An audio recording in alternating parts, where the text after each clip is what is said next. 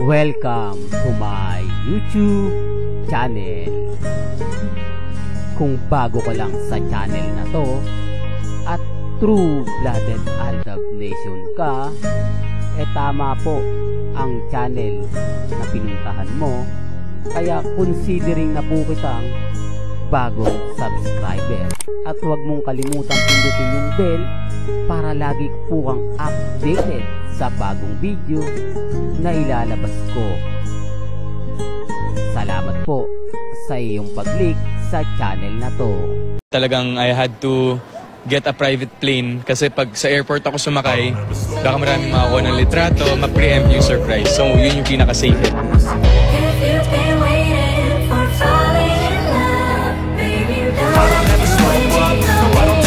Sa buong buhay ko, first time ko siyang ginawa. Kahit kanino. I mean, to go that far to surprise someone. Oo, siguro, ano talaga eh. Well, special day ni Maine yun. And special naman siya sa akin. Talagang I had to get a private plane. Kasi pag sa airport ako sumakay, baka maraming makakuha ng litrato, ma-preempt yung surprise. So, yun yung pinaka-safe.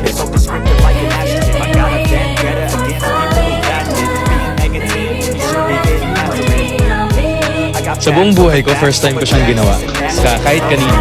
I mean, to go that far to surprise someone. Oo, siguro, ano talaga eh. Well, special day ni Maine yun. And special naman siya sa akin. Welcome back, mga Aldab. Ito na naman po ang inyong lingkod, si Mr. Destiny. At syempre, update na naman po tayo.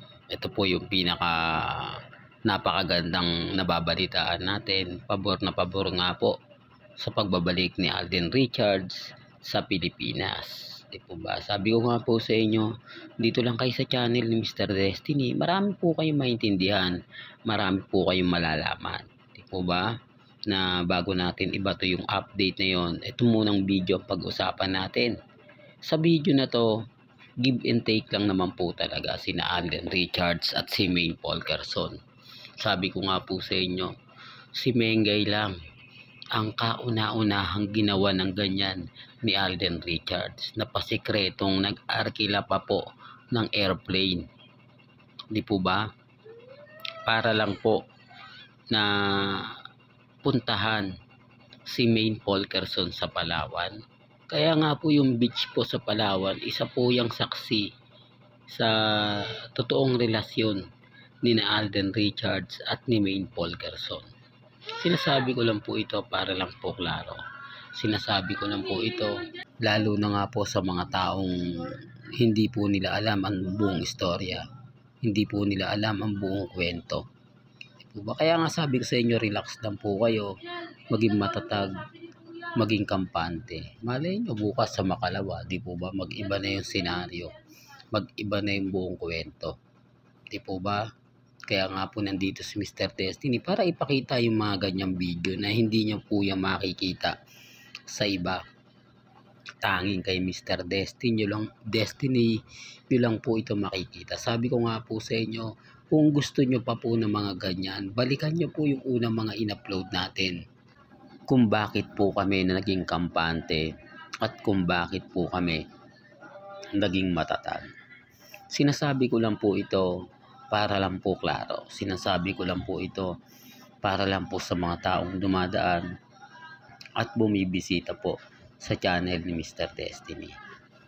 Kaya nga po kung hindi ako apektado at never po tayong kumbaga natatalo sa mga bagay-bagay nga po na lagi kong sinasabi at lagi kong pinapaliwanag. Di po ba rin mga Aldab? Kaya nga po hindi ako natitinag sa mga bagay na ganyan. Well, punta na tayo sa ating pinaka-main topic. Napanood nyo nga po ba ito muna? Ang sarap po kasi talagang balik-balikan ang mga teleserye ni Alden Richards. Lalong-lalo na nga po pagdating sa drama. Kaya nga po siya yung number 1 pambato talaga ng GMA Network. Kaya nga po ibinabalik ito ng magpakailanman. Kung titignan nyo wala pong mga artista na ginawa po yung gaya ng ginawa ni Alden na halos isang buwan ibinigay sa kanya ng magpakailanman. Ito yung panahon ng August. Natatandaan niyo po ba?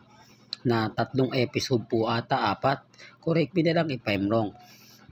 Na ibinigay nga po talaga ng GMA Network para sa para kay Alden Richards. Hindi po ba?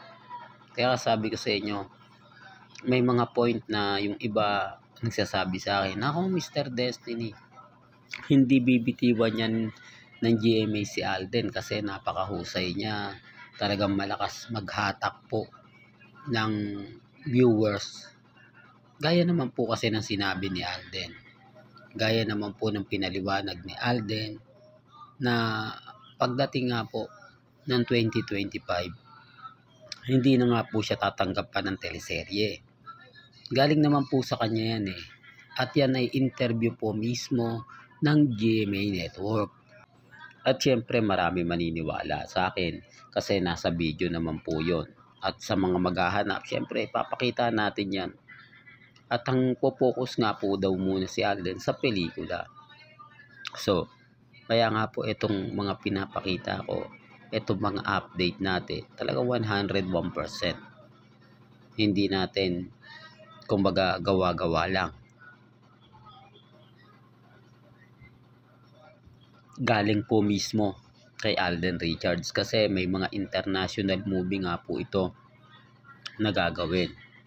Diba? Sabi ko nga po sa inyo, pinaka main event ang pelikula ni na Alden Richards at ni Maine Paul Gerson, ang pagbabalik ng Altaf. Ito yung kumbaga hinihintay ng lahat. Tapos meron pa pong komunikasyon sa TVJ. Ito nga po yung sinasabi ko sa inyo na nagkakaroon na nga po ng kumbaga usapin ang TVJ at si Alden Richards. Siyempre malaking pera din po yan pag nag-collab sila ni Mengay. Hindi po ba? Alam naman natin at hindi naman din sa kaalaman ng lahat na Aldab pa rin po ang malakas. Ito pa rin po yung team, yung love team na hanggang ngayon matatag at kampante. Ramdam naman po nila yan lalo na po sa Twitter. Di po ba? Na lagi po tayo nagte-trending. Lagi po tayong naandon. Hindi po katulad ng Katden na lalakas lang kapag may ganap yung dalawa. Pero tayo, kita nyo naman po. Di po ba? Kita nyo at ramdam nyo na tuloy-tuloy nga po talaga ang pagbibigay ng mga update. Lalong-lalo na nga po kina Alden Richards at kay Maine Paul Gerson. Kaya nga po yung iba nagagalit sa akin, ako Mr. Destiny, pauso ka na naman, fake news ka na naman, lahat ng mga sinasabi mo hindi totoo. Wala naman pong problema. Gaya nga po ng sinasabi ko, may mga bagay-bagay po na mahirap nga po talagang ipaliwanag. Lalo na nga po kapag bitter po kayo sa akin. Di po ba? Kasi sabi ko nga po sa inyo, ang Itbulaga at si Alden Richards, nandyan na yan eh. Pag sinabi kasing Itbulaga si Alden, alam niya kung saan siya lulugar. Alam niya na, kumbaga, nag-aantay lang yan ng tamang pagkakataon. Kasi hindi niya naman po pwedeng iwan ang Itbulaga. At ang Itbulaga wala naman pong ginawa kay Alden na hindi rin po pumapabor. Di po ba? Kaya sabi ko sa inyo, nag-uusap na po itong management para nga po matuloy ang pelikula ni na Alden Richards at ni Maine Paul Gerson. Alam ko maraming komentong sasapitin natin, pero yan po yung totoo eh. Yan po ay base po mismo sa mga nakakalap nating impormasyon. Dahil nga po sa pagbate ng TVJ kay Alden Richards, nagkaroon na nga po ng mga kwento na lalabas na. Antayin natin, sabi ko nga po sa inyo, pagkatapos ng international movie ni Alden, hindi po imposible. Hindi po ba? Siyempre may tatapat dyan, yung Katnel. At sigurado naman po nagagawa po sila ng pelikula dahil nagpaparamdam na nga po. Hindi po ba? Mararamdaman mo na kumbaga yung pelikula na gagawin nila paunti-unti na. Ito base lang naman po ito sa mga nakakalap nating impormasyon. Galing din naman po sa loob ng ABS-CBN. Yan naman po yung kagandahan nyo kay Mr. Destiny. Marami po tayong nalalaman at syempre naiimbestigaan. Rason yan kung bakit tayo kampante at matatag, kung bakit po hindi natitinag hanggang ngayon si Mr. Destiny. Hanggang ngayon, malakas pa rin po ang fandom ng Aldab Nation.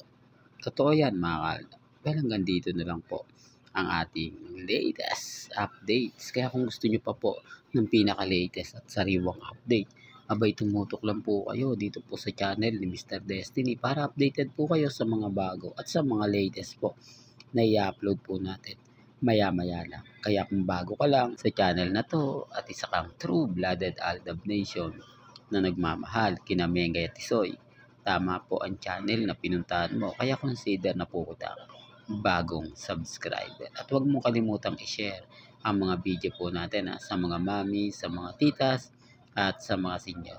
Hanggang sa muli, salamat po sa panonood at pakikinig.